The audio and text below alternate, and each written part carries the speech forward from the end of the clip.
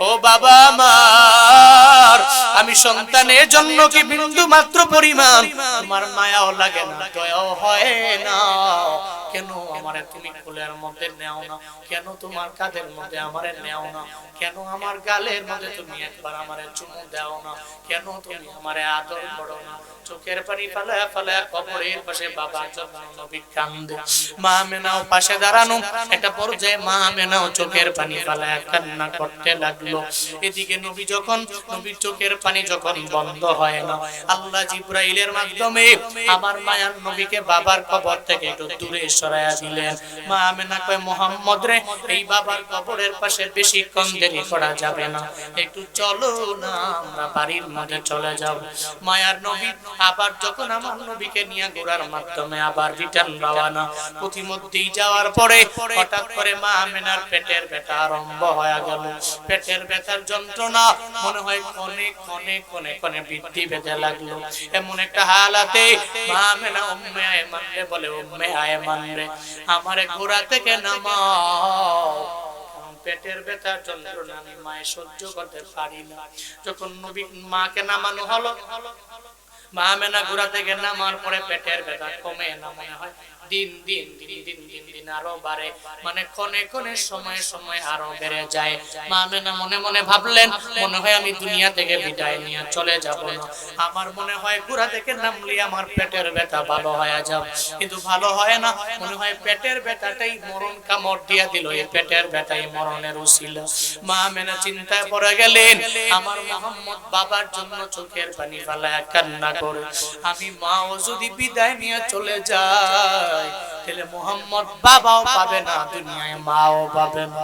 মা আমেনা আমার নবীরে ডাক দেয়, ও শিশু মুহাম্মদ, আয় আয় আয়, তুই আমার বুকের মধ্যে আসো। আমার মায়ার নবীর মা আমার নবীকে বুকের মধ্যে নিয়ে নিলে, বুকের মধ্যে নিয়ে নিয়ে চোখের পানি ফেলায়া কান্না করে আর বলে, মুহাম্মদ, দুনিয়াতে আসার পরে বিন্দু মাত্র পরিমাণ তোমার বাবারে বাবা বলে ডাকতে পারলা না, বাবার আদরও পাও নাই, ওই বাবার আদর না পাওয়ার কারণে খেলার মাঠে কান্না করলা। আমি মাও তো মনে হয় পেটের ব্যথার যন্ত্রণায় দুনিয়া থেকে বিদায় নিয়ে চলে যাওয়া লাগবে। ও সন্তান আমার, এই দুনিয়াতে আমারে বিদায় দাও। আমার মায়ার নবী কয়, ও মা আমার, আমার তো মা নাই, আমার বাবাও নাই, তখন আমি কেমনে থাকবো? তুমি একটু কল্পনা করো না গো, আমার মা যখন এই মক্কার জমিনে আমার মাও থাকবে না, বাবাও থাকবে না, তুমিও যদি আমারে বিদায় দাও তাহলে সব আমারে সাইরা চইলা গেলে আমি কোথায় যাব? মা আমেনা কয়, ও মুহাম্মদ সন্তান আমার, এটাই দুনিয়ার নিজাম, এটাই দুনিয়ার নিয়ম, দুনিয়া থেকে বিদায় নিয়ে চলে যাওয়া লাগে, তুমিও চলে যাওয়া লাগবে, তোমার বাবা গেল আমিও চলে যাব, আমারে বিদায় দাও, আমারে বদদুয়া দিও না, অভিমান করো না, আমি মায়ের প্রতি রাগান্বিত হইও না, ক্রোধান্বিত হইও না। একটা পর্যায়ে মা আমেনা দুনিয়া থেকে বিদায় নিয়ে চলে গেলেন। ওই নবী এই কথাগুলো এতিমটারে চাটায়াতে আর বলে, রে আমি ছোটবেলার এতিম ছিলাম, আমার মাও ছিল না, আমার বাবাও ছিল না, এ কারণে জীবনে কোনোদিন আমি কোনো এতিমের ধমক দেই নাই, আমি জীবনে কোনোদিন এতিম আমার সামনে দিয়া গেল হাত বুলায় নাই, কেউ প্রমাণ করতে পারবে না। ও এতিম চিন্তা করবি না, আজকে থেকে তোর প্রটোকলের দায়িত্ব আমি নিয়ে নিলাম, কারণ আমি যদি তোমার পাশে দাঁড়াই, আমার আল্লাহ আমি নবীর পাশে দাঁড়ায়া যাবে। পড়েন সুবহানাল্লাহ। নবীর আদর্শ কেমন? এতিম ছেলেটা মনে মনে চিন্তা ভাবনা করতে লাগলো, মায়ার নবীর দরবারে গেলে, আমি চাইলে আমি নবীর দরবারে গেলে আমার টাকাটা আমি ফিরে নিতে পারবো, যে মুহাম্মদ নবী আমার জন্য সুপারিশ করবে, শাফাআত করবে আবু জাহালের দরবারে যায়। কিন্তু নবীর আশিকেরা কেমন হয়ে যায়, আশিক রাসূল দাবি করার পরেও নিজে আমানতের খেয়ানত করে, ওয়াদা করলে ওয়াদা পূর্ণ করে না, কথায় কথায় মিথ্যা বলে, গালিগালাজ করে, আবার কয় আমার মতো সুন্নি আমার এলাকার মধ্যে আর কেউ হতে পারে না। সুন্নি খালি দাবি করলেই হবে না, বরং আমার নবীর সুন্নতের উপরে আমল করা লাগবে। একমাত্র যারা নবীর সুন্নতের উপরে আমল করতে জানে ওরা মানুষের দরবারে দাঁড়িয়ে দাঁড়িয়ে গিয়া পড়া লাগবে না, বরং তার আচরণ দেখি মানুষ তারে সত্যিকারের আশিক বলবে, ঠিক কিনা?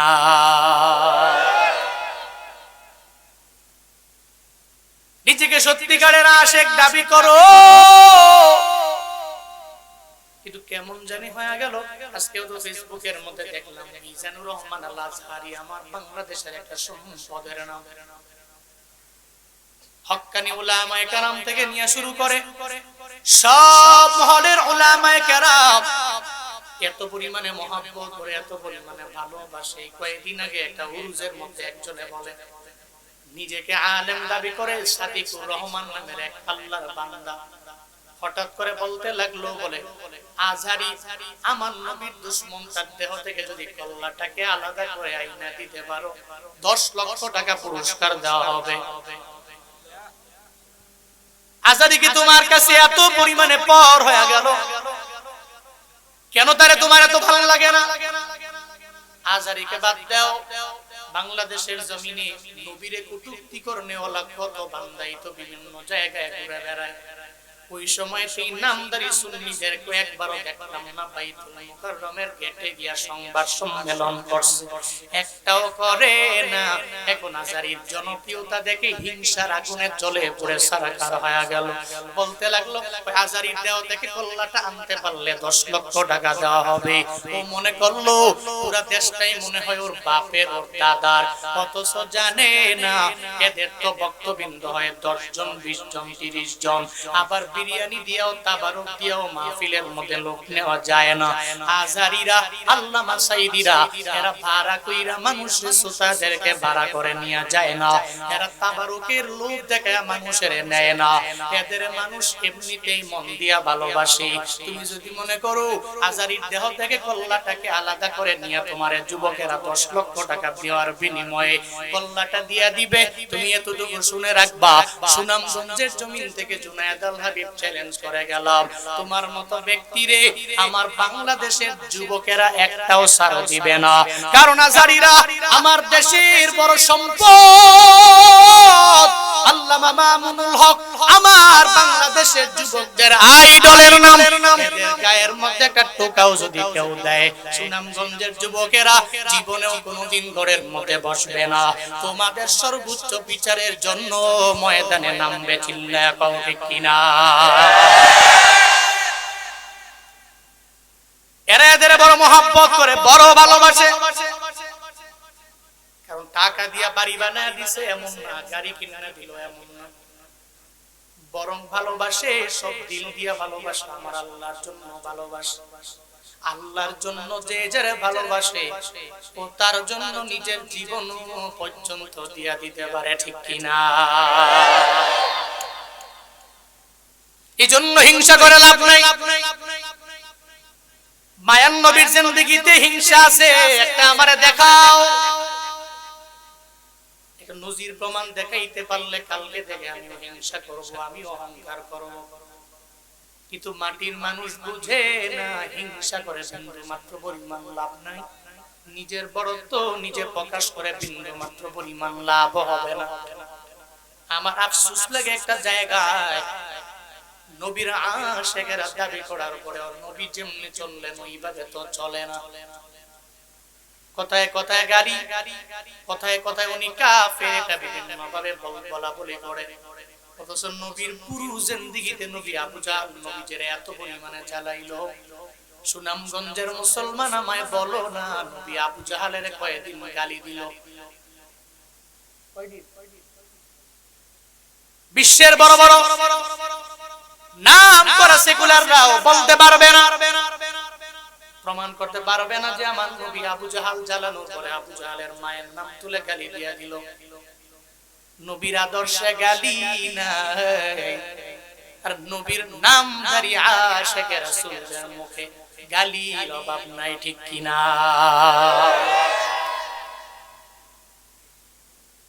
এমন আদর্শে নিজের আদর্শবান করিও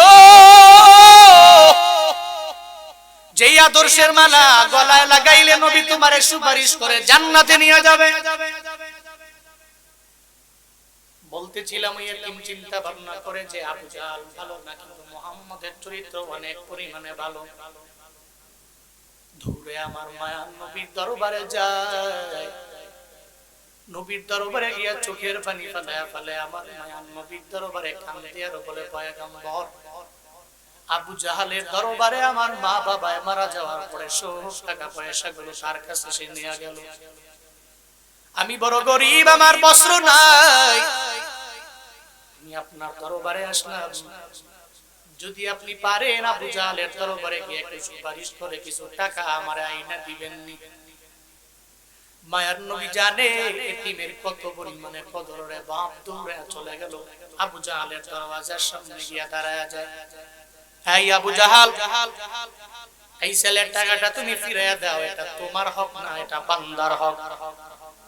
আল্লাহর হক যদি কেউ নষ্ট করে, আল্লাহ চাইলে বান্দাকে মাফ করে জান্নাতে ঢুকায়া দিতে পারে, পারমিশন নেওয়া লাগবে না। কিন্তু বান্দার হক যদি নষ্ট করে আগাও, বান্দা যদি মাফ না করে, আমার আল্লাহ মাফ করতে পারবে না। বান্দার হক মারাত মারাত মারাত আল্লাহ মাফ করতে পারবে। আপনি আল্লাহর হক নষ্ট করছেন, হঠাৎ করে একদিন তওবা করলেন, চোখের পানি ফেলে চাইলে আল্লাহ আপনাকে মাফ করলে পারমিশন নেওয়া লাগবে, অনুমতি নেওয়া লাগবে। আল্লাহ আপনাকে মাফ কইরা ফায়াগফিরু লিমান ইয়াশা ওয়া ইউআযযিবু মান ইয়াশা, যারা ইচ্ছা তারই ক্ষমা কইরা দেয়, যারা ইচ্ছা তারই আযাবে দেয়। এটা তো ওনার কাছে সুপ্রিম পাওয়ার, আপনি চাইলেই। কিন্তু বান্দার হক নষ্ট করলে আল্লাহ মাফ করতে পারবে। হাসরের ময়দানে আল্লাহ বলবে, ও বান্দা তুই জান্নাতে যাও, দুনিয়াতে আমার হক নষ্ট করো নাই, জান্নাতটা তোর জন্য বড় মায়া করে আমি বানাইলাম, যাও জান্নাতে যাও। ডান হাতের মধ্যে আমলনামা পায় যখন জান্নাতের দিকে দৌড়ায়া যাবে, প্রতিমধ্যে যাওয়ার পরে হঠাৎ করে মধুপুরের এক আল্লাহর বান্দা দাঁড়ায়া যাবে, কই কই যাও, কই আমি জান্নাতে যাই, কই দাঁড়াও। আজকে আমারে ওই দুনিয়া বিলাইনে তোমার নেতার পাওয়ার দেখায় যে লক্ষ টাকা আমার মাইরা দিলাম, নেতার ক্ষমতা থাকার কারণে আমি আমার টাকাটা তোমার দরবার থেকে উদ্ধার করতে পারলাম না। আজকে ওই লক্ষ টাকা আমায় দাও, এর উপরে রবের জান্নাতে যাও। দিতে পারবে না, কারণ হাসরের ময়দানে টাকাও নাই। টাকা যেহেতু নাই, তাহলে তোমার আমলনামা থেকে আমারে নেক দিয়া দাও। একটা পর্যায়ে দেখা যাবে কনফার্ম জান্নাতি ব্যক্তিটা তার নেক দিতে দিতে দিতে দিতে এমন একটা হালাত হয়ে যাবে, 10,000 টাকার বিনিময়ে, 20,000 টাকার বিনিময়ে, 50,000 টাকার বিনিময়ে, লক্ষ টাকার বিনিময়ে দেখা যাবে তার জিন্দেগীর সমস্ত আমলনামার আমলগুলো তার আমলনামায় দেওয়া লাগবে। কনফার্ম জান্নাতি ব্যক্তিটা জাহান্নামী, আর যে জাহান্নামী ওই ব্যক্তিটাই জান্নাতি হয়ে যাবে। বান্দার হক। তাফসীরে জালালাইন দুই জালাল, জালালউদ্দিন সুয়ুতী, জালালউদ্দিন মোহন, জালালান। জালালউদ্দিন সুয়ুতী রাহমাতুল্লাহি আলাইহি বলেন, বাগদাদ থেকে একদল কাফেলা রওনা হলো, যাবে মক্কা মদিনায় হজের জন্য। হুজ্জাজদের কাফেলা রওনা। আগের জামানায় তো হাইটা হাইটা পায়ে হাইটা যাইতে হবে। কি সোনামণি, হ্যাঁ আরাম করে একটু, দুইজন মাঝখান দিয়ে উঠে গেছে, মনে করছে অন্য হুজুর। সাফা দিয়া বয়ান উঠছেন না, পর ওয়াজ টাজ বন্ধ করে আমদের লয়ে ওয়াজ কইরাম 5 মিনিট আগে, পরে আমার ওয়াজ। আগে ওয়াশ পরে ওয়াজ। বয়ান রাগ করছেন, কষ্ট পাচ্ছেন নাকি আপনারা? কোন মারহাবা, আরো জোরে মারহাবা। নাইছেন তো আপনার ইচ্ছায়, যাইতে হবে আমার ইচ্ছা।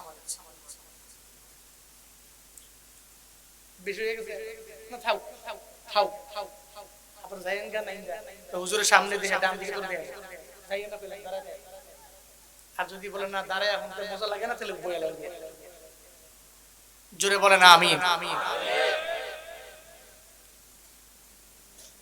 মধ্যে যাওয়ার পরে হঠাৎ করে একজন হাজিদের মধ্যে একজন হাজি অসুস্থ হয়ে পড়ে মারাও গেল। উনি উঠছে কেন না? যেই মুরব্বী কই যা এক নাম্বার হতলে যাওন যাইব আউন যাইব বন যাইব লাগলে কুলবালিশ বানায়া কুইতা লাউন যাইব মাগার উঠা যাবে না। বোকা বিশাল এক মরুভূমি এলাকা, পুরো এলাকার মধ্যে কোনো জায়গায় তো বাড়িও নাই ঘরও নাই। তাহলে যেহেতু বাড়িও নাই ঘরও নাই, কেমনে কবর খনন করবে, কেমনে ওই হাজিরে কবরের মধ্যে দাফন করবে, চিন্তায় পড়ে গেল। কুদালও নাই। দুই তিনজনকে দায়িত্ব দেওয়া হলো মরুভূমির উপর প্রান্তে গিয়ে যদি কোনো একটা বাড়ি পাও কুদালটা আইনা কবর খনন করো। তিন চার জনে চলে যায়। বাড়ির মধ্যে যাওয়ার পরে তাকায়া দেখে একটা ঘরের মহিলা কুদাল দিয়া বাড়ির আঙ্গিনা পরিষ্কার করে। কুদাল তো পায়া গেলাম, কুদালের জন্যই তো আসলাম। বাড়ির মধ্যে যাওয়ার পরে কই, ও মহিলা, আমরা একদল হাজির কাফেলা মক্কা মদিনার উদ্দেশ্যে বাগদাদ থেকে রওনা হয়ে গেলাম। প্রতিমধ্যে আসার পরে মরুভূমির মাঝে আমাদের একজন ভাই দুনিয়া থেকে বিদায় নিয়ে চলে গেল। কি প্রয়োজন তোমাদের? আমাদের কুদাল লাগবে। কবর খনন করে আর পরে তারে আমরা দাফন করে আর পরে আবার কুদাল দিয়া যাও। ও পুকারের মায়ে তো বাগে খায়, কুদাল যদি নিয়ে যাও ওই জায়গার মধ্যে ফালায়া দিয়ে আসবা না। আমারে কুদালটা দিবা, এই শর্তে আমি কুদাল তোমাদের আমি দিতে পারি। হাজিরা বলে তোমার শর্ত মেনে নিলাম, কুদাল দাও। তিনজন ব্যক্তি, তিনজন হাজি যখন কুদাল নিয়ে রওনা হয়ে যায়, জানাজাও শেষ হয়ে গেল, দাফন কাফন সব শেষ হয়ে গেল। হঠাৎ করে যখন দাফনের কার্যাদি সম্পাদন করার পরে হঠাৎ করে একজন আর একজনকে বলে কুদালটা কই পায় না। ডানে তাকায় পায় না, বামে তাকায় পায় না, সামনে তাকায় পায় না, পেছনে তাকায় পায় না, কোন জায়গায় নয়। তাহলে কুদালটা গেল কোন জায়গায়? হঠাৎ করে একজনে বলে ভুলে মনে হয় কবরের মধ্যে রেখে আসলাম। ওই মহিলার কাছে শর্ত দিয়া কুদাল আনছি। কুদালের কাজ শেষ হওয়ার পরে আবার মহিলাকে আইনা দিয়া যাব। এরপরে মহিলাকে দিয়া আমরা এরপরে হজ করার জন্য যাব। এখন মহিলার কুদালটা অবশ্যই কবর থেকে উঠে দেওয়া লাগবে। এরপরে কুদালটা মহিলার দরবারে দেওয়া লাগবে। হঠাৎ করে বলতে লাগলো, এই লোকের, এই হাজী সাহেবের কবরটা আবার খনন করে দাও, মাটিটা উত্তোলন করো, এরপরে ওখান থেকে আবার কুদালটাকে বের করে দাও। এমন একটা হালাতে যখন ওই কবরের মাটি উঠানো হয়, কবরের মাটি উঠাইয়া তাকা দেখি ওই কবরের মধ্যে যে কুদালটাকে রেখে আসলো আর সেই হাজিরে শোয়া দিল, ওই হাজি চোখের পানি ফালায়া ফালায়া হাউ মাউ করে করে চিল্লায়। আর তাকায়া দেখেন ওই কুদালের সাথে হাজির দুইটা হাতের সাথে একটা আগুনের দড়ি দিয়া লাগানো আছে। এটা দেখার পরে সব হাজিরা বড্ড ভয় পেয়ে গেল। ওই কুদাল লাগবে না, আগের মতো আবার মাটি চাপা দিয়া দাও। মাটি চাপা দেওয়া হলো। ওই কুদাল দেওয়ার প্রয়োজন নাই, প্রয়োজনে কুদালের বিনিময়ে 4 ডাবল কুদালের টাকা আমরা মহিলারে দিয়া দিব। যেমন কথা তেমন কাজ। ওই মহিলাকে টাকা দিয়া হজের জন্য দৌড়ায়া যায়, হজের কার্যাদি সম্পাদন করে নেয়। হজ করে যখন আবার বাগদাদের মধ্যে ফিরে আসলো, যেই হাজি দুনিয়া থেকে বিদায় নিল, কবরের মধ্যে শোয়ার পরে হাজির হালাত ভালো না। ওই হাজির বউয়ের সাথে দেখা করার জন্য সব হাজিরা যায়। আর যা বলে, এই হাজির স্ত্রী, তোমার স্বামী কেন হজের মধ্যে যেতে পারলো না? কেন কবরের মধ্যে আযাব দেখতে পেলাম? কেন শাস্তি দেখতে পেলাম? এমন কি অন্যায় দুনিয়ার মধ্যে করলো যে অন্যায়ের কারণে কবরের মধ্যে শাস্তির সঙ্গে সঙ্গে শুরু হয়ে গেল? ওই হাজির স্ত্রী বলে, ব্যবসায়ী আর একটা পার্টনার বিজনেসম্যানকে যদি সে ধইরা নিয়া তার টাকা পয়সা মাইরা দিয়া তারে যদি মরুভূমির মধ্যে নিয়া কবরের মধ্যে শুয়ায়া তার আব্বা আম্মা থেকে পরিবার থেকে যদি সে আলাদা করে দেয়, হাজিরা আপনারা বলেন না বান্দার হক তো নষ্ট করলে আমার আল্লাহ তারে হজে নিবে না। আল্লাহ তারে হজে নেয় নাই। আল্লাহ খেতে চাকা খেতে ভাঙে, লাইলে তুই না ভাঙে না, ঠিক কিনা? হাজিরা ক্ষেতের টাকা তো আল্লাহ খেতে ভাঙে, লাইনে ভাঙে না। এটা কয়েকদিন আগেই আমার স্বামী তো আমি জানি, কারণ হোম মিনিস্টার আপনি কেমন সব জানেন, ঠিক কিনা? হোম মিনিস্টার সব জানেন। আপনি কত্তারা নামাজি, কত বড় রোজাদার, কত বড় তাহাজ্জুদ গুজার, কত বড় ইশরাক করনেওয়ালা ব্যক্তি আপনি। এই ব্যাপারে আপনার ওয়াইফ জানে কি জানে না? হ্যাঁ, উপর দিয়ে ফিটফাট, ভিতরে সদরঘাট, বউরে দিগাইলি বউরে, বউ জানে পুঁজি কত। আর তুমি বলছো বউ নাই, কেউই জানে, তুমি তো কিছুই নেই। আল্লাহ এসিতে যাগো বউ নাই, একটা সুন্দরী রূপসী রূপবতী চরিত্রবান ভালো বংশাবলী মাইয়া তুমি কপালে জুটায়া দিও। যারা বিয়া করছে হেরারও জুড়াবেন কইছে। হেবো কথা হইলো যে একটা না করছি আর তিনটা ভাই আছে, সাবধান ভাই যে কই মাইরা লাগবে কোন মারহাবা, জোরে মারহাবা। বিবি কয় সে কয়েকদিন আগে তার এক বিজনেস পার্টনারকে মাইরা দইরা, তার টাকা পয়সা মাইরা দিয়া তারা তার আব্বা আম্মা থেকে আলাদা করে নিয়ে মরুভূমিতে দাফন করে আসছে। আর সেই টাকা দিয়া, মানুষের টাকা মাইরা দিয়ে সে হজে যাবে, আর আল্লাহ তাকে হজে নেওয়ার জন্য বসে রইছে। আল্লাহ খেতের টাকা খেতে ভেঙেছে, নাইলে তুলে ভাঙে নাই, যেমন করব যেন বান্দার হক মারাত্মক। আল্লাহ সবাইকে বুঝার, মানার, আমল করার তৌফিক দান করেন। আরো জোরে পড়ে না আমিন। নবীজি যে বুঝাচ্ছেন, আয় আবু জাহাল, টাকা তোমার না, টাকা কার? এতিমের। কার? কার? এতিমের। দিয়ে দাও। আবু জাহালকে কিয়ামতের ভয় দেখাতে লাগে, এবং যারা আখিরাতকে বিশ্বাসই করে না এদেরকে কিয়ামতের ভয় দেখায় লাভ আছে? কথা বলে না কেন? লাভ আছে? আবু জাহাল তো মানতে চায় না, কিয়ামত বলতে দুনিয়ার মধ্যে কিছুই নাই। এই মুহাম্মদ যতই সুপারিশ করো এতিমের টাকাটা আমি এতিমের ফিরাও দিব না। মায়ার নবী মনটা খারাপ করে করে করে করে চোখের পানি ফেলায়া ঘরের মধ্যে চলে গেলেন। মুফাসসিরিনে কেরাম বলেন, মক্কার ওই সময় কুখ্যাত ওই সময়ে ছিল আবু সুফিয়ান বড় ধনী মানুষ, প্রতি সপ্তাহে সপ্তাহে একটা উট জবাই দিয়া দিত। সব ধনীদেরকে দাওয়াত দিয়া উটের গোশত ভক্ষণ করে, উটের গোশত খাওয়ায়।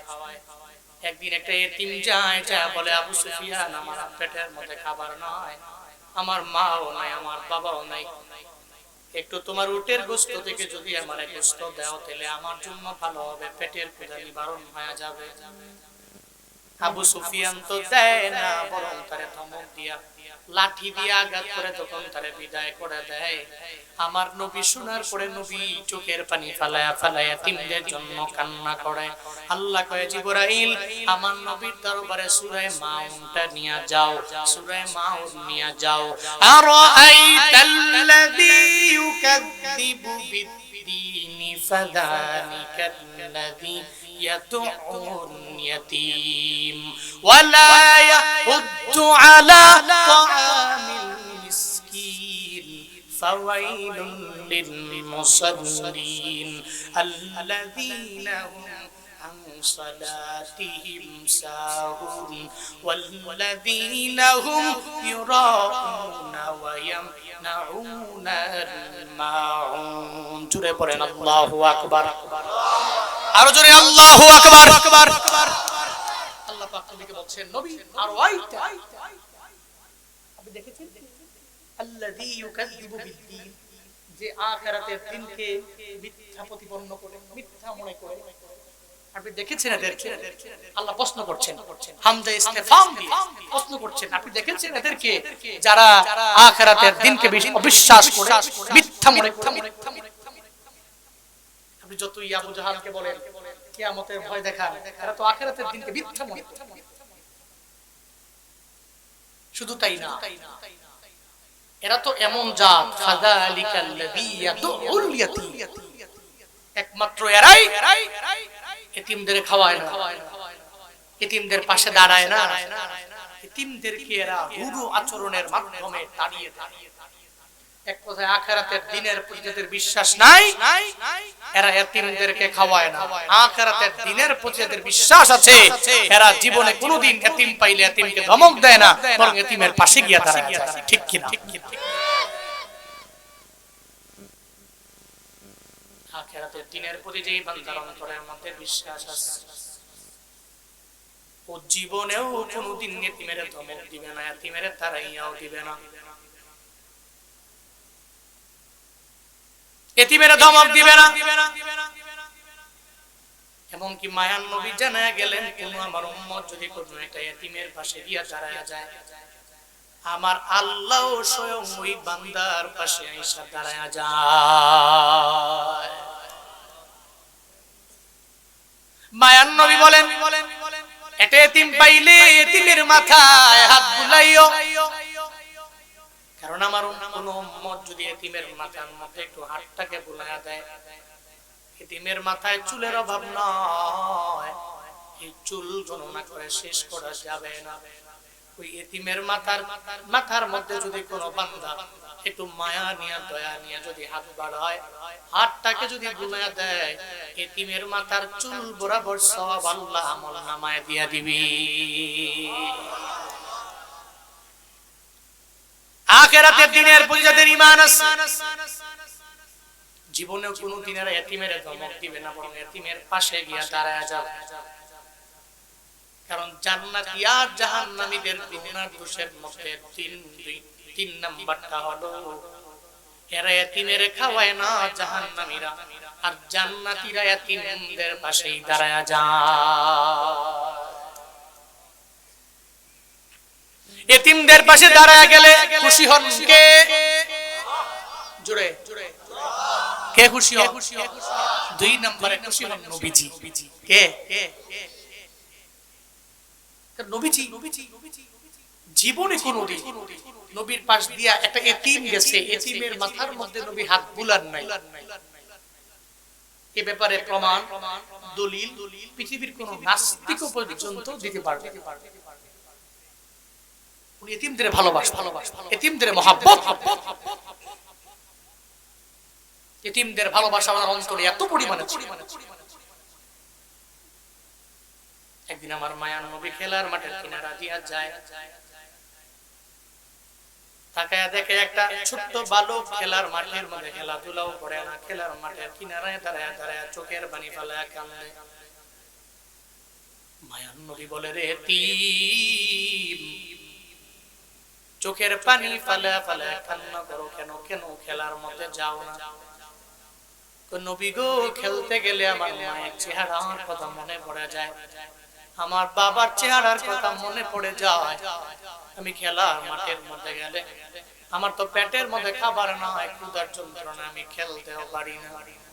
আমার এই দুনিয়াতে মাও নাই, আমার বাবাও নাই, আমার ঘরও নাই, আমার বাড়িও নাই। আমার মায়ার নবী বলতে লাগলেন, রে এতিম মায়া, আমার কাঁধের মধ্যে নিয়ে নিয়ে তুই আমার ঘরের মধ্যে নিয়ে যাও। মায়ার নবী ঘরের মধ্যে নিয়ে গেলে, ঘরের মধ্যে নিয়ে আম্মা জান্নাত আয়েশা সিদ্দিকা রাদিয়াল্লাহু আনহাকে জানায়া দিলেন, ও আমার বিবি আয়েশা, আমি নবীর মতো তো এতিম এই দুনিয়ার মধ্যে আর কেউ নাই। আমি মুহাম্মদ এতিম ছিলাম, এই এতিম ছেলেটাকে আমি তোমার দরবারে হ্যান্ডওভার করে দিলাম, ওরে গোসল করে দাও, সুন্দর কাপড় পরায়া দাও। এতিমের নবী বলল, আজকে থেকে তুমি আমারে বাবা বলবা, আর ঘরের মধ্যে তোমার আয়েশাকে আমার বিবি আয়েশা, ওই আয়েশাকে তুমি আম্মা বলবা। একটু চিন্তা করবা না, দুনিয়াতে তোমার বাবাও নাই, মাও নাই, আমি নবী হয়ে গেলাম তোমার বাবা, ঘরের মধ্যে আয়েশা হলো তোমার মা। চিন্তাও করবা না যে তোমার যে পৃথিবীতে বাবা নাই, মা নাই, চিন্তা করবো না, আমি তোমার বাবা আর আয়েশা তোমার মা। আম্মা জান আয়েশা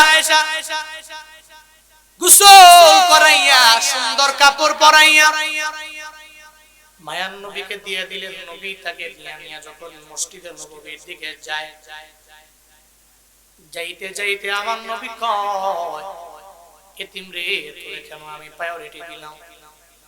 কেন আমি আমারে বাবা বলার জন্য পারমিশন দিলাম? কেন আমি তোমারে আমার বিবি আয়েশার মা বলার ব্যাপারে পারমিশন দিলাম, অনুমতি আমি কেন দিলাম? তুই জানোস না আমি নবীর মতো এতিম এই দুনিয়ার মধ্যে আর কেউ নাই রে।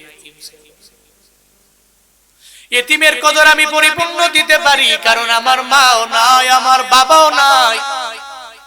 ছোটবেলায় বাবার আদর কেমন বিন্দু মাত্র পরিমাণ আমি পাই নাই। নবীর ছোটবেলার কাহিনী এমন কোন নবীর উম্মত নাই যে শুনে নাই। ধাত্রীরা পর্যন্ত আমার নবীরে নিতে চায় না। সকাল থেকে বিকাল পর্যন্ত হয়ে গেল, কেউ নবীরে নেয় না। কয় তারে কেমনে নিব? তার বাবাও নাই, টাকাও দিতে পারবে না।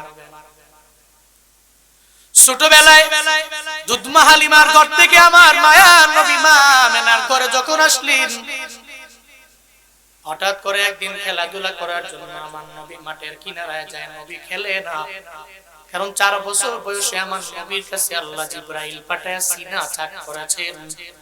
দুনিয়াবি যত মোহ আছে, লোভ আছে, আমার মাওলা আমার নবীর থেকে সরায়া দিয়েছে।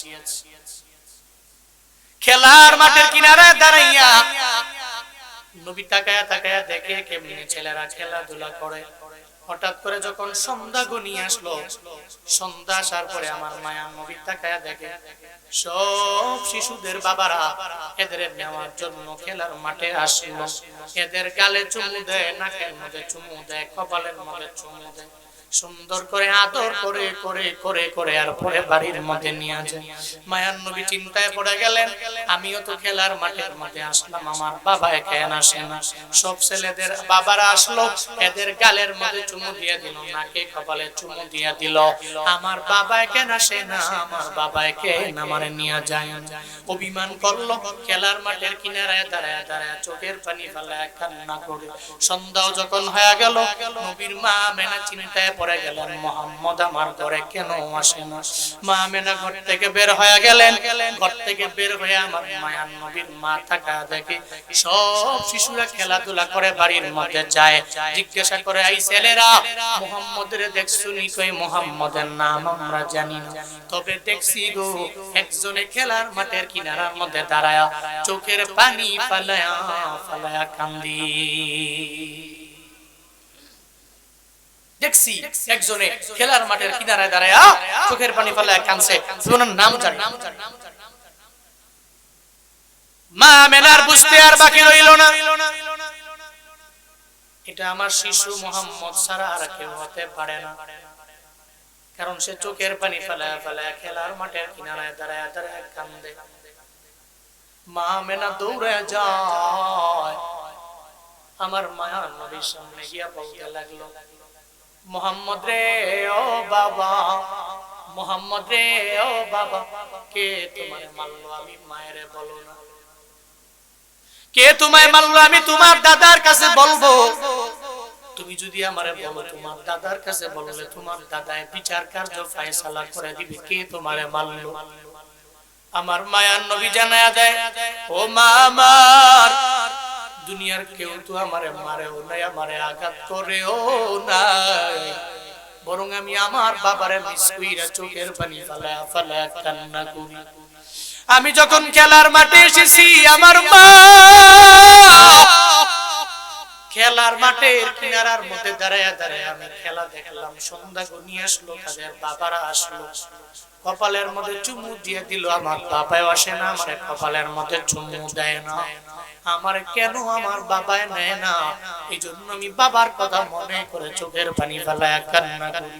মা আমেনা কয়, তোমার বাবায় তো তোমারে নেওয়ার জন্য আসতে পারবে না, কারণ তোমার বাবা নাই, বাবা তো দুনিয়া থেকে বিদায় নিয়ে চলে গেল। মায়ার নবী কয় তাহলে আমার বাবার পাশে তুমি আমারে নিয়ে যাও। ওই জীবিত বাবা না, তোমার মৃত বাবার কবরের পাশে গিয়া তুমি দাঁড়ায়া যেতে পারবা। ওই আমারে নিয়ে যাও, আমি আমার বাবার কবরের পাশে গিয়া দাঁড়ায়া যাও। এমন একটা হালাতে যখন মা আমেনা আমার মায়ার নবীকে নিয়ে গেলেন, আব্দুল মুত্তালিব থেকে পারমিশন লইয়া ঘোড়ার মধ্যে উম্মে আয়মান আর মায়ার নবী, এরপরে যখন মা আমেনা উইঠা যখন রওনা করে ফেললেন, নবী তার বাবার কবর জিয়ারত করার জন্য ঘোড়া দিয়া দৌড়ায়া যায়। বাবার কবরের পাশে গিয়া দাঁড়ায়, মা আমেনা জানায়া দেয়, সন্তান আমার তাকায়া দেখো না, ওইটা হলো তোমার বাবার কবর। আমার মায়ার নবী ঘোড়া থেকে নাইমা যখন বাবার কবরের পাশে গিয়া দাঁড়ায়া যায়, একটা পর্যায়ে বাবাকে বারবার আমার মায়ার নবী বাবা বাবা বলে ডাক দেয়। বাবা বলে ডাকলেও তো জীবনে কোনোদিন বাবা আমার মায়ার নবীকে ধরতেও পারবে না। আমার মায়ার নবী কয়, ও বাবা আমার, আমি সন্তানের জন্য কি বিন্দু মাত্র পরিমাণ তোমার মায়াও লাগে না, দয়াও হয় না? কেন আমারে তুমি কোলের মধ্যে নেও না? কেন তোমার কাঁধের মধ্যে আমারে নেও না? কেন আমার গালের মধ্যে তুমি একবার আমারে চুমু দাও না? কেন তুমি আমারে আদর করো না? চোখের পানি ফালায়া ফালায়া কবরের পাশে বাবা যখন নবী কান্দে, মা আমেনাও পাশে দাঁড়ানো, একটা পর্যায়ে মা আমেনাও চোখের পানি ফালায়া কান্না করতে লাগলো। এদিকে নবী যখন নবীর চোখের পানি যখন বন্ধ হয় না, আল্লাহ জিবরাইলের মাধ্যমে আমার মায়ার নবীকে বাবার কবর থেকে একটু দূরে সরায়া দিলেন। মা আমেনা কয়, মুহাম্মদ রে, এই বাবার কবরের পাশে বেশিক্ষণ দেরি করা যাবে না, একটু চলো না আমরা বাড়ির মধ্যে চলে যাব। মায়ার নবী আবার যখন আমার নবীকে নিয়ে ঘোড়ার মাধ্যমে আবার রিটার্ন রওনা, প্রতিমধ্যেই যাওয়ার পরে হঠাৎ করে মা আমেনার পেটের ব্যথা আরম্ভ হয়ে গেল।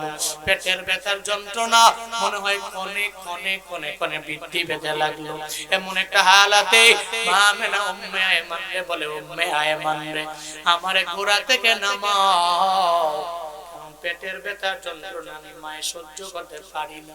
যখন নবী মাকে নামানো হলো, মা আমেনা ঘোড়া থেকে নামার পরে পেটের ব্যথা কমে না, মনে হয় দিন দিন দিন দিন দিন দিন আরো বাড়ে, মানে ক্ষণে ক্ষণে সময়ে সময়ে আরো বেড়ে যায়।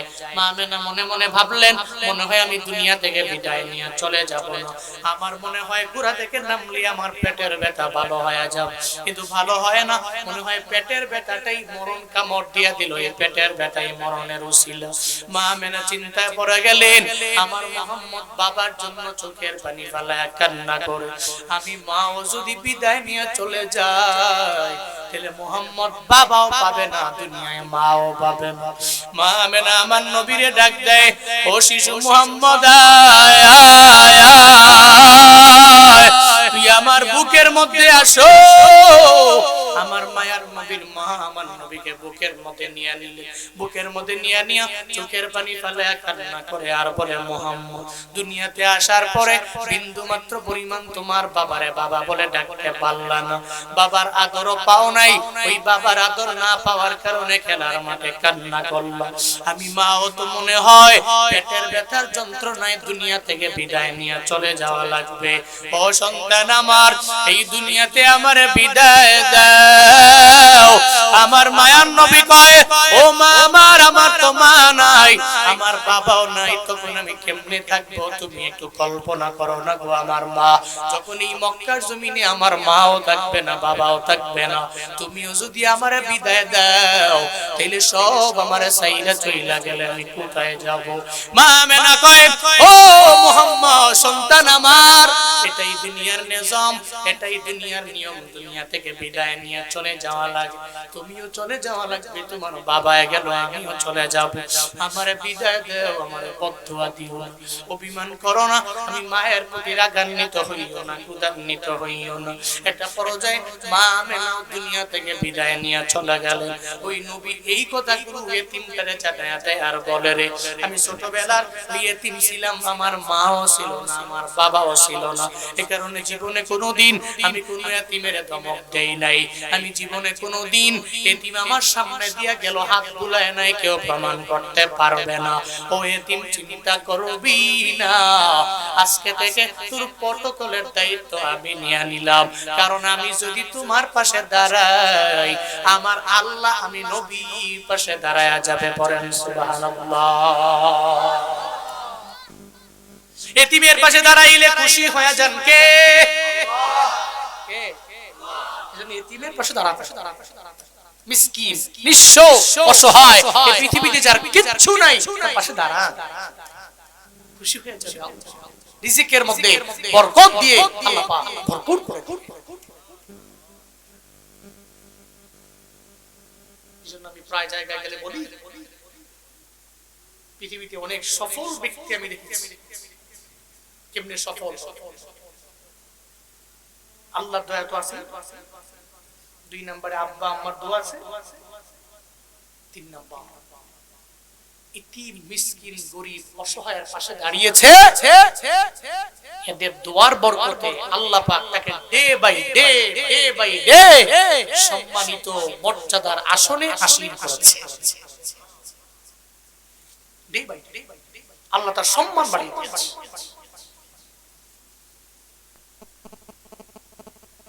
গত 2 মাস আগে আমার প্রোগ্রাম ছিল জামালপুর জেলার মধ্যে, 3-4 দিনের জন্য জামালপুরে গেলাম। কষ্ট হচ্ছে আপনাদের? জামালপুরের প্রোগ্রামে যাওয়ার পরে জামালপুর রেল স্টেশনের মধ্যে একটা দুধ চা বিক্রি করে আমার ড্রাইভার এটার বড্ড ভক্ত হয়ে গেছে। হুজুর যদি এখান থেকে এক কাপ দুধ চা পান করি তাহলে 300 কিলোমিটার গেলে আর নামাও লাগবে না। আমি বললাম চলো না, তোমার এত চা খাওয়াই, চলো। ওখানে আমি গেলাম, রাত বাজে প্রায় 3টা। ওখানে যাওয়ার পরে আমি একটা দুধ চা নিলাম, ড্রাইভারও দিলাম, সাথে যারা ছিল সবাই দেওয়া হলো। চেয়ারের মধ্যে বসলাম। হঠাৎ করে একটা ছেলে পরনের মধ্যে বস্ত্র নাই আমার দরবারে হাজির হয়ে গেল। আমাকে আয়েশা বলে, হুজুর ওই জায়গার মধ্যে বার্গার বিক্রি করে, এটা বার্গার আমারে খাওয়াইলে আমার পেটের ক্ষুধা নিবারণ হয়ে যাবে। আমি বললাম, ও ছেলে দাঁড়াও, আমার একটু সময় দাও, আমি তোমারে নিয়ে দুধ চা পান করা শেষ হয়ে যাওয়ার পরে বার্গারের দোকানে নিয়ে যাব। দুধ চা শেষ করলাম, এরপরে আমি তাকে নিয়ে বার্গারের দোকানে গেলাম। আমি বললাম, এই বার্গারের দোকানদার, একটা বার্গার তুমি আরে দাও। যখন দেওয়া হলো আমি তার সঙ্গে চেয়ারের মধ্যে পাশাপাশি বসলাম। আমি জিজ্ঞাসা করলাম, এই ছেলে তোমার তো এখন পড়ালেখা করার বয়স, কেন তুমি এই জায়গার মধ্যে পড়ে আছো? কেন শরীরের মধ্যে কোনো বস্ত্র নাই, কেন কোনো কাপড় নাই? একটু বলো না, তোমার পরিচয় কি, তোমার তারিফ কি আমারে জানায়া দাও। ওই ছোট্ট ছেলে আমায় বলে, হুজুর আমরা এই স্টেশনের মধ্যে পড়ে রইলাম, আমাদের মাও নাই, আমাদের বাবাও নাই। এই দুনিয়াতে আমরা বড় গরিব আর অসহায়। দুনিয়ার কোন জায়গায় গেলে আমরা মায়ের আদর কেমন পাই না, বাবার আদর পাই না। এই রেল স্টেশনের মধ্যে পড়ে থাকি, এই দুনিয়ার মধ্যে আমাদের কেউ নাই। চাইলেই যে বার্গার কিনা খেতে পারবো এমন এবিলিটি নাই। এই কারণে আপনাকে দেখার পরে আমি বললাম, একটা বার্গার কি আমারে খাওয়াবে? সকালবেলা খাইতে পারি নাই, দুপুরেও পারি নাই, কারণ দরবারে গেলে কেউ আমাদের খাওয়ায় না। এখন বার্গারটা খাওয়াইলে পেটের ক্ষুধার যন্ত্রণা নিবারণ হয়ে যাবে। এরপরে একটু দূরে গেলে ওই জায়গার মধ্যে গিয়ে আমি একটা বিছানা বিছায়া রাখছি রাস্তার কিনারার মধ্যে, ওখানে আমি ঘুমায়া যাব, আমি ওখানেই নিদ্রায় চলে যাব।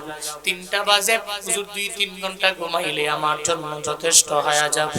আমি বললাম, এতিম রে, তুই দুনিয়াতে মাও নাই, বাবাও নাই, বড় নিঃস্ব হয়ে গেল, বড় অসহায় হয়ে গেল। আমার নবী বলছে, তোমাদের মতো ব্যক্তিদের পাশে দাঁড়াইতে পারলে আমার আল্লাহ আমার প্রতি রাজি হয়ে যাবে।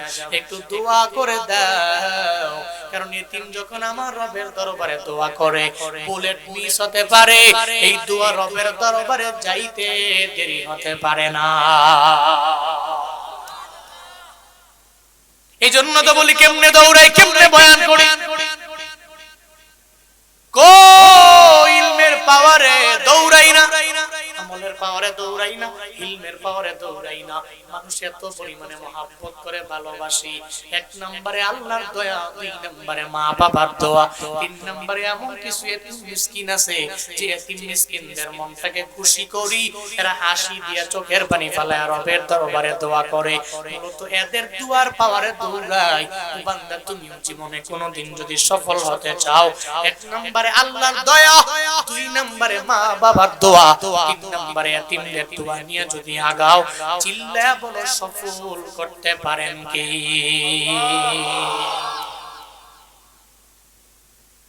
দুনিয়াবি লাইনে তো সফল, আখিরাতের লাইনে আরো সফল। সুবহানাল্লাহ পড়বেন না? দুনিয়াতেও সফল, আখিরাতেও সফল।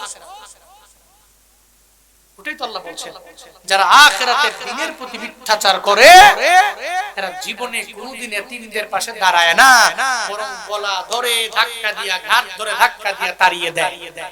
কিন্তু যারা আখিরাতের দিনকে বিশ্বাস করে এরা জীবনে কোনোদিন ঘাড় ধরে ধাক্কা দিয়ে এতিমকে তাড়াতে পারে।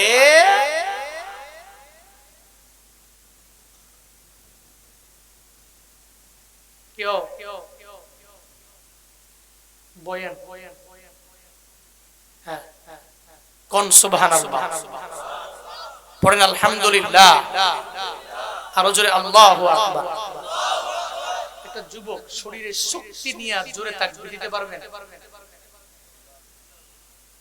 যাও জোরে তাকবীর দাও, চিল্লায়া ওই যে ভাইটি ভাইটি হ্যাঁ জানতি আরে তাকবীর, আল্লাহু আকবার, দিন ইসলাম, দিন ইসলাম, জিন্দাবাদ জিন্দাবাদ, আল কুরআনের আলো করে করে জালো, আল কুরআনের আলো করে করে জালো। নারে তাকবীর, আল্লাহু আকবার, ইসলাম জিন্দাবাদ জিন্দাবাদ, নারে তাকবীর, আল্লাহু আকবার, শুকরা হুশিয়ার শামসাত, হুশিয়ার শামসাত, ইসলামের শত্রুরা করওয়ান বাঁচাও টাকার একবার, বাঁচাও টাকার একবার, শাহজালালের শত্রুরা তাকবীর, আল্লাহু আকবার। নাস্তিকতা নিপাত যাক, দিন ইসলাম জিন্দাবাদ, নাস্তিকতা নিপাত যাক, দিন ইসলাম জিন্দাবাদ, কোটি প্রাণে একই আওয়াজ, কুদরতুহি ছাড় পাবে না, এই বাংলায় ঠাই হবে না, মুসলমানরা জেগেছে জোর কদমে সামনে চলো, বজ্র কণ্ঠে আওয়াজ তুলো, সবাই মিলে একই তালে দাও না স্লোগান, লিল্লাহে তাকবীর, আল্লাহু আকবার, নারায়ে তাকবীর, আল্লাহু আকবার, দিন ইসলাম, দিন ইসলাম, জিন্দাবাদ জিন্দাবাদ, ইসলামেরই জন্য দেশের হয়েছে জন্ম, ইসলামের বিরুদ্ধে গেলে দেশ হবে ভিন্ন, ইসলামেরই জন্য দেশের হয়েছে জন্ম, ইসলামের বিরুদ্ধে গেলে দেশ হবে ভিন্ন, ইসলামের বিরুদ্ধে যারা নিয়েছে অবস্থান, এই বাংলায় ঠাই হবে না, যাও হিন্দুস্তান। জোর কদমে সামনে চলো, বজ্র কণ্ঠে আওয়াজ তুলো, সবাই মিলে একই তালে দাও না স্লোগান, লিল্লাহে তাকবীর, আল্লাহু আকবার, নারায়ে তাকবীর, আল্লাহু আকবার, দিন ইসলাম, দিন ইসলাম, জিন্দাবাদ জিন্দাবাদ, মুসলমানের এই দেশেতে ইস্কন্দের ঠাই নাই, ইস্কন্দের পক্ষে যারা এদের কোনো রক্ষা নাই, মুসলমানের এই দেশেতে নাস্তিকদের ঠাই নাই, নাস্তিকদের পক্ষে যারা এদের কোনো রক্ষা নাই, এই দেশেতে থাকতে হলে কোরআন মানতে হবে, কোরআন না মানবে যারা বিতাড়িত হবে। জোর কদমে সামনে চলো, বজ্র কণ্ঠে আওয়াজ তুলো, সবাই মিলে একই তালে দাও না স্লোগান, নারায়ে তাকবীর, আল্লাহু আকবার, নারায়ে তাকবীর, আল্লাহু আকবার, দিন ইসলাম, দিন ইসলাম, জিন্দাবাদ জিন্দাবাদ, আল কোরআনের আলো, আল হাদিসের আলো, লিল্লাহে তাকবীর। ছুটে আয় শাহজালালের নির্ভীক সৈনিকেরা, প্রথম বড় গরু গোবিন্দের চেলা চামুন্ডা গুলা, ছুটে আয় শাহজালালের নির্ভীক সৈনিকেরা, খতম করো গুরু গোবিন্দের চেলা চামুন্ডা গুলা। ওলিদের এই ভূমিতে বিপ্লবেরই মশাল জ্বালা, ওলিদের এই ভূমিতে বিপ্লবেরই মশাল জ্বালা। ছুটে আয় শাহজালালের নির্ভীক সৈনিকেরা, খতম করো গুরু গোবিন্দের চেলা চামুন্ডা গুলা। শাহজালালের স্বপ্ন ছিল আল কোরআনের জ্বলবে আলো, শাহজালালের স্বপ্ন ছিল আল কোরআনের জ্বলবে আলো। সে আলো ছড়িয়ে দিতে, সে আলো ছড়িয়ে দিতে বিপ্লবেরই মশাল জ্বালা। ছুটে আয় শাহজালালের নির্ভীক সৈনিকেরা, খতম করো গুরু গোবিন্দের চেলা চামুন্ডা গুলা। ওলিদের এই ভূমিতে বিপ্লবের ঠিক কিনা? বাংলাদেশের 1 ইঞ্চি মাটি যদি ভারতের দাদা বাবুরা কেড়ে নিতে চায়, শাহজালালের হাতিয়ার আবার গর্জে উঠবে। রাজি আছো যুবকেরা? রাজি আছো মুসলমান? কারা কারা রাজি? তো হাত তুলে আল্লাহকে দেখায়া দাও।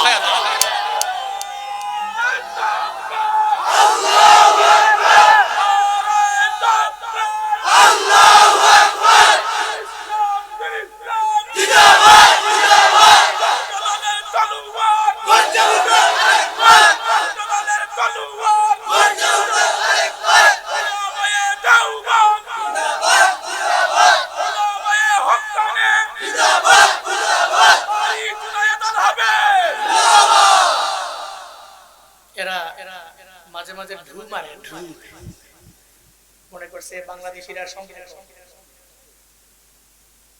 16 বছর তো এদের পা চেটেছে এক সরকার, ঠিক কিনা? তার বাবাও চেয়েছিল এই দেশকে ভারতের সাথে, ভারতকে দিয়ে দিতে বাবাও চেষ্টা করেছিল, যেটা মেজর ডালিম প্রকাশ করেছে, ঠিক কিনা? তারাও চেয়েছিল টানা 16 বছরে এই দেশটাকে ভারতের অঙ্গরাজ্য হিসাবে তৈরি করার জন্য। আল্লাহ কয় দিব না, শাহজালালের জমি কোশ্চিন কালেও আবার গৌর গোবিন্দের হাতে যেতে পারে না, পারে না, পারে না, পারে না। শাহজালালের ভূমি জীবনেও কোনোদিন আবার সেকেন্ড গৌর গোবিন্দের চেলা ফেলা যেটা আছে নরেন্দ্র মোদী, শাহজালালের ভূমি আবার তাকে দেওয়া যায় না। আল্লাহ চাইলে মুসলমানদের সংখ্যা লাগে না, তরবারি লাগে না, কিচ্ছু লাগে না, ঈমানের বল থাকলেই যথেষ্ট, ঈমানের বল থাকলেই এনাফ, ঈমানের বল থাকলেই কাফি। চিল্লা কও ঠিক কিনা? মুসলমানদের তো তরবারি দিয়া মাইরা মাইরা পিটায়া মুসলমানদের জয় হয়েছে। মুসলমানদের ইতিহাস দেখো, বদরের যুদ্ধে মুসলমান মাত্র 313 কয়জন? কিন্তু জয় নাকি পরাজয়? জয় না পরাজয়? ওই আল্লাহ আছেন না নাই? গাজওয়ায়ে হিন্দে ওই আল্লাহ মুসলমানদেরকে সাহায্য করবে। বলি ইনশাআল্লাহ। এক আল্লাহর উপরে বিশ্বাস স্থাপন করে চলতে পারবো তো ইনশাআল্লাহ? এক আল্লাহর উপরে ঈমান, ইয়াকিন, আকীদা, বিশ্বাস স্থাপন করে চলতে পারবো তো ইনশাআল্লাহ? আল্লাহ তৌফিক দান করেন। আরো জোরে বলেন আমিন। রাগ করেছেন আপনারা? কষ্ট হয়েছে আপনাদের? এতিম এরা এতিমদেরকে তাড়িয়ে দেন। আল্লাহ পাক বলছেন দ্বিতীয় আয়াতে, প্রথম আয়াতে বলছেন এরা তো আখিরাতের দিনকে মিথ্যা মনে করে, এবং মিথ্যা মনে করে বলি এতিমদেরকে ঘাট ধরে ধাক্কা দিয়ে তাড়িয়ে দেন। 3 নম্বর আয়াতে আল্লাহ পাক বলছেন আখিরাতের দিনের প্রতি যারা বিশ্বাস স্থাপন করে না, এদের 3 নম্বরটা দোষ আছে। ওয়ালা ইয়াহুদ্দু আলা তুআমিল মিসকিনদেরকে খাবার দেওয়ার ব্যাপারে এরা ইন্সপায়ার করে, উৎসাহ দেয়, উদ্দীপনা যোগায়, নিজেরা তো দেয়ই না, উল্টা মানুষগুলোকে নিষেধ করে যায় মিসকিনদের খাওয়াবে না। এটা আবু জাহলের কাজ ছিল, উতবার কাজ ছিল, সাইবার কাজ ছিল, ওয়ালিদ ইবনে মুগীরার কাজ ছিল, এদের কাজ ছিল এই মিসকিনদেরকে আমিও খাওয়াই না, তোমরাও খাও, এদের কাজ ছিল। এজন্য আল্লাহ পাক বলছেন 3 নম্বরে এদের দোষ হলো ওয়ালা ইয়াহুদ্দু আলা তুআমিল মিসকিন, এরা মিসকিনদেরকে খাওয়াইতে মানুষকে উদ্বুদ্ধ করে না, ইন্সপায়ার করে না, উৎসাহ যোগায় না, উদ্দীপনা যোগায় না। এরপরে আল্লাহ পাক বলছেন ফাওয়াইলুল লিল মুসাল্লিন, মুসল্লি হয়ে যাওয়ার পরে একদল নামাজি এরা জাহান্নামী হয়ে যাবে, এদের জন্য ধ্বংস। দেখা যাবে 5 বেলার নামাজের জন্য মুসল্লায় দাঁড়ায় রইল, মসজিদের মধ্যেও গেল, এরপর আসরের ময়দানে জান্নাতে যেতে পারবে না। কত বড় দামি মুসল্লি, এরপরেও জাহান্নামে যাবে। কেউ রাগ করছে রে?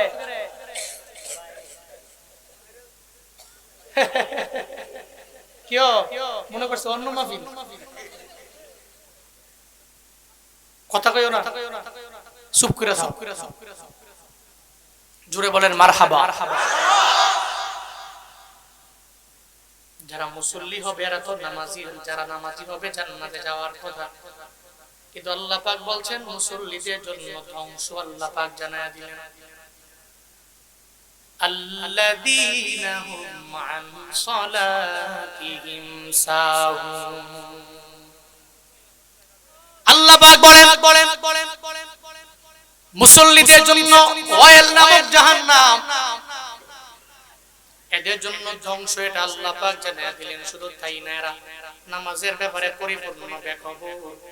সিজদার মধ্যে গেলে 2 সিজদার মাঝখানে যে বসা লাগে সুন্দর করে বসে না, রুকু থেকেও সোজা হয় এরা দাঁড়ায় না।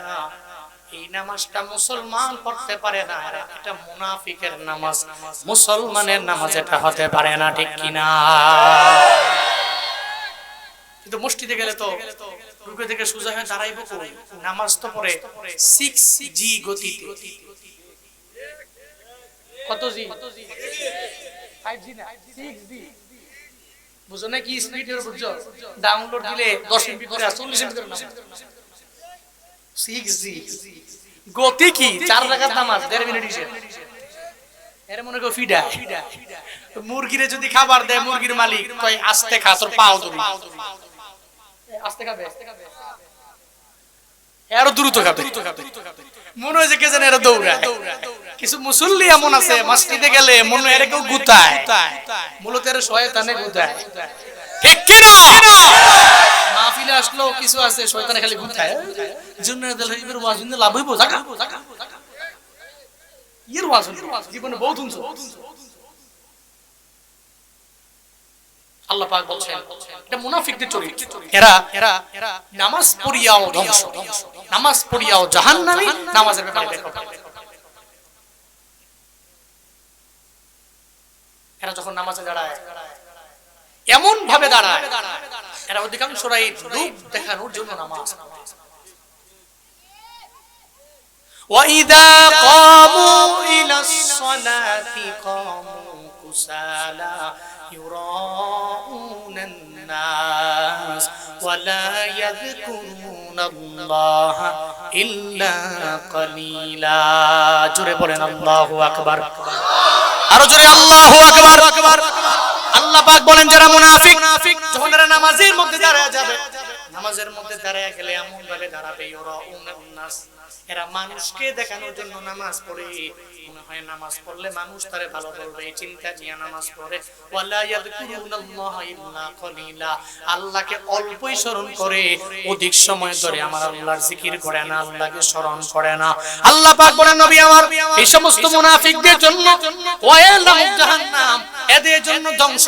আল্লাহ পাক রব্বুল আলামিন এদের ব্যাপারে জানায়া দিলেন মুসল্লি হওয়ার পরে এরা জাহান্নামী হবে, কারণ নামাজের ব্যাপারে এরা বেখবর হয়ে যাবে। আল্লাযীনা হুম ইরাউন, এরা মানুষকে দেখানোর জন্য নামাজ পড়বে না। রে বাবা, নামাজ মানুষকে দেখানোর জন্য পড়া যাবে না। নামাজ পড়বো একজনকে রাজি করার জন্য। চিল্লায়া বলো তার নাম। ইন্না সালাতি ওয়া নুসুকি ওয়া মাহইয়ায়া ওয়া মামাতি লিল্লাহি রাব্বিল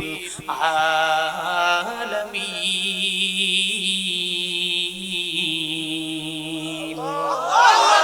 আল্লাহ পাক বলেন, ও নবী আপনি উম্মতের বলুন, ইন্না সালাতি, এরা বলবে আমার নামাজ, আমার কুরবানি, আমার হজ, আমার যাকাত, আমার জীবন, আমার মরণ একমাত্র একজনের জন্য হবে। তিনি কে? কার জন্য নামাজ? কার জন্য জীবন, কার জন্য মরণ, কার জন্য হজ, কার জন্য যাকাত?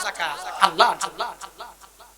আল্লাহর জন্য নামাজ, আল্লাহর জন্য রোজা, আল্লাহর জন্য হজ, আল্লাহর জন্য যাকাত। কিন্তু পড়ে না, নামাজই তো পড়ে না। এই যে আমার আসার আগে বললো মসজিদের মধ্যে নাকি মুসল্লি খুঁজে পাওয়া যায়, সব এলাকায় একই হাল। মসজিদ তো সুন্দর, মাগার মসজিদে কি নাই, কি নাই? ওদিন এক বয়ানে গেছি, নামাজের ব্যাপারে যখন কথা শুরু করলাম, হুজুর কইেন না, তুমি কি রাগ কইরা রাগ করছি না, কে রে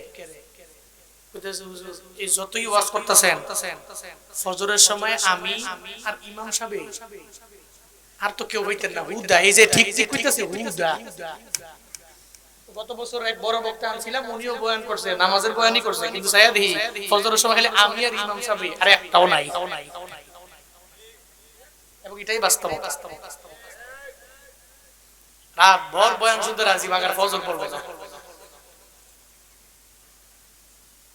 তো মূলত ওইটা তো আসল। তো সিন্নি কার দ্বারা খাইলা মোল্লাই চিল্লা না, বিষয়টা তো এমনই হয়। ওটা আসল তো, নকল তো। আসলটা বাদ দিয়া নকল বলা হয়েছে। ফজর পড়ে, জোহর পড়ে, আসর পড়ে, মাগরিব পড়ে, এশা পড়ে, আল্লাহ আমল করার তৌফিক দান করে। আরো জোরে পড়ে না আমিন। মসজিদগুলো ভরপুর করেন মুসল্লি। নবীজি বলে গেছেন কিয়ামতের আগে মাসাজিদুহুম আমিরা ওয়া হিয়া খারাবুম মিনাল হুদা, তাদের মসজিদগুলো হবে অনেক উচ্চ মানের, হাই লেভেলের, হাই ডিজাইনের, এবং কি এরা কম্পিটিশন করবে যে কোন মসজিদটা বেশি সুন্দর, সুন্দর প্রাচুর্যময় মসজিদ হবে। লেকিন ওয়া হিয়া খারাবুম মিনাল হুদা, এটা হেদায়েত থেকে শূন্য হবে, মুসল্লি থেকে শূন্য হবে। এমন মসজিদ দিয়ে লাভ কি হবে যে মসজিদে মুসল্লি নেই? আল্লাহ মধুপুর জামে মসজিদের প্রত্যেকটা মুসল্লিকে বা জামাত জামে মসজিদে গিয়ে নামাজ আদায় করার তৌফিক দান করুন। জোরে পড়েন আমিন। আর একটা আওয়াজ করে আমিন। ওয়ায়ামনাউনাল মাউন, আল্লাহ পাক লাস্ট আয়াতে বলছেন মুনাফিকদের আরেকটা দোষ আছে, তা হচ্ছে নিত্য প্রয়োজনীয় জিনিস মাউন। এর মানে হচ্ছে মানুষের চলার পথে যে নিত্য প্রয়োজনীয় জিনিসগুলো আছে, এগুলো এরা মানুষকে দেয়, নিষেধ করে। চাইলে